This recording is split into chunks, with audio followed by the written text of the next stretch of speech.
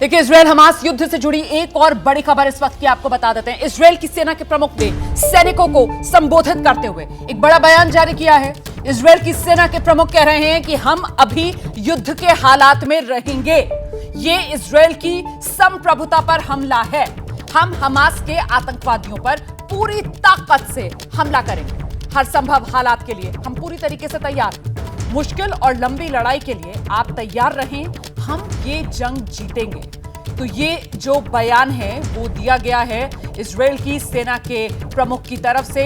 कुल मिलाकर अपनी सेना को बड़ा संदेश कर्नल दानवीर कि मनोबल आपको बढ़ाकर रखना है, ये युद्ध लंबा चलने वाला है। देखिए, ये युद्ध लंबा चलने वाला है और ये गंभीरता इसलिए भी बढ़ जाती है क्योंकि ईरान ने कहा है कि अगर इजरायल गाज़ा पर हमला करेगा तो ईरान भी हमला कर सकता है और इसकी वजह से यूनाइटेड स्टेट्स ऑफ अमेरिका काफ़ी परेशान है क्योंकि ऐसा होने से इसका दायरा बहुत ज़्यादा बढ़ जाएगा और जियोपॉलिटिक्स के अंदर लड़ाई झगड़ों में अमेरिकन रिसोर्सेज इतने ज़्यादा खिंच जाएंगे कि उसका फोकस इंडो पैसिफिक की तरफ से भी कम होगा और यूक्रेन के अंदर जो दखलंदाजी अमेरिका की तरफ से हो रही है वो भी कहीं ना कहीं उस पर एक्लिप्स लगेगा। तो उस तरीके से देखा जाए तो अमेरिका भी बहुत ही असमंजस वाली स्थिति में है और इसीलिए ये कहा जा रहा है। और इसी वजह से सर वो बैलेंसिंग रोल एक तरीके से अमेरिका की तरफ से भी कि अगर वो इजरायल जा रहे हैं जो बाइडेन, उसके बाद वो जॉर्डन भी जाएंगे, इसीलिए जा रहे हैं। वो नहीं चाहते कि ये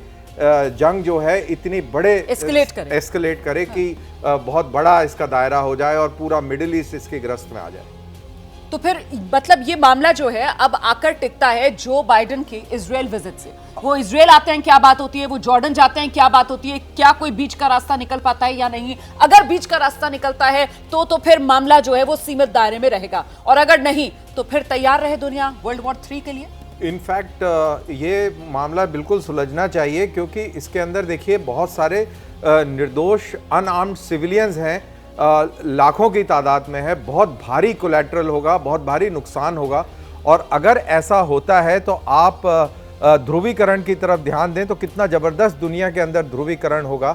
अभी जंग शुरू नहीं हुई है और इस समय पूरी दुनिया के अंदर ध्रुवीकरण हो चुका है, पोलराइजेशन हो चुका है। कई जगहों से अलग अलग किस्म की खबरें सुनने को मिल रही हैं। तो आप इसकी डायमेंशंस समझने की कोशिश करिए। अगर हजारों की तादाद में सिविलियंस मारे जाते हैं गाजा के अंदर। महत्वपूर्ण बात आप कह रहे हैं। बहुत शुक्रिया आपका कर्नल दानवीर, एबीपी न्यूज पर हमारे साथ जुड़ने के लिए।